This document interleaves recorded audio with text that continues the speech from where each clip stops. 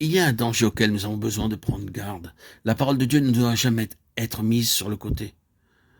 Nous pouvons accepter la possibilité d'essayer de marcher sur l'esprit et négliger la parole de Dieu. Nous ne pouvons pas dire, eh bien, tout ce dont nous avons besoin est de marcher sur l'esprit. Et nous serons en accord avec la parole de Dieu. Nous n'avons pas besoin de nous inquiéter. Il y a beaucoup de gens qui vivent dans ce qu'ils appellent leur esprit. Ils reçoivent du Seigneur, ils reçoivent quelque chose et agissent sur cette base. Et ensuite, cela se révèle être une violation directe de la parole de Dieu.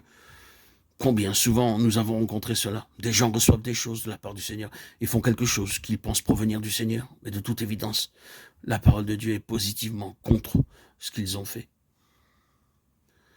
Ainsi, le point suivant a besoin d'être sauvegardé comme une base pour le Saint-Esprit. Que la parole de Christ demeure en vous dans toute sa richesse, en toute sagesse. Colossiens 3,16. Si pourtant vous faites cela, vous n'aurez pas toujours le passage exact à donner pour gouverner la chose du moment. Mais le Saint-Esprit introduira en vous ce qu'il sait être la parole de Dieu et vous la présentera. Combien cela est vrai. Quelques-uns d'entre nous ont constaté peut-être que nos mémoires naturelles ont, dans une grande mesure, fait défaut. Très souvent, une citation inexacte de l'Écriture n'altère pas du tout la doctrine. Mais le point est le suivant. Qu'il y a une intelligence directrice qui nous fait connaître la parole de Dieu, quoique nous ne soyons pas capables pour le moment de transmettre un passage particulier dans son expression exacte ou de s'en souvenir. Nous sommes gouvernés par elle si nous appartenons à l'homme céleste. Tel il est.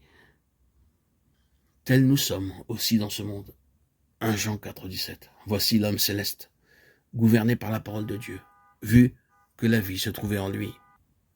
Ce qui est vrai de la tête doit être vrai des membres. Si nous devons être joints à l'homme céleste, nous devenons des parties de cet homme céleste corporatif. Et cette même vie est en nous. Et nous marcherons par la parole. Nous serons gouvernés par la parole, par l'intermédiaire de l'esprit de vie qui est dans la parole. Et cet esprit de vie sait tout et possède toute l'intelligence. Je souhaite que le peuple de Dieu vive sur cette base. Cela nous épargnerait de tout ce genre de choses mortelles qu'est la chasse à l'hérésie, de toujours être soupçonneux, mesquin, de veiller sur la doctrine comme des chiens de garde, d'être aux aguets pour dénicher tout ce qui est erroné, de produire une influence néfaste de mort surtout. Si nous ne vivions que selon l'esprit, nous connaîtrions dans nos cœurs si une chose est juste ou non, sans projeter nos esprits d'analyse dans les choses. L'esprit rendrait témoignage dans nos cœurs. Ce serait vie et salut.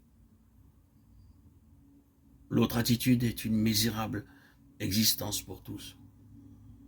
Maintenant, vous voyez l'homme céleste, la vie éternelle, et la parole qui gouverne continuellement.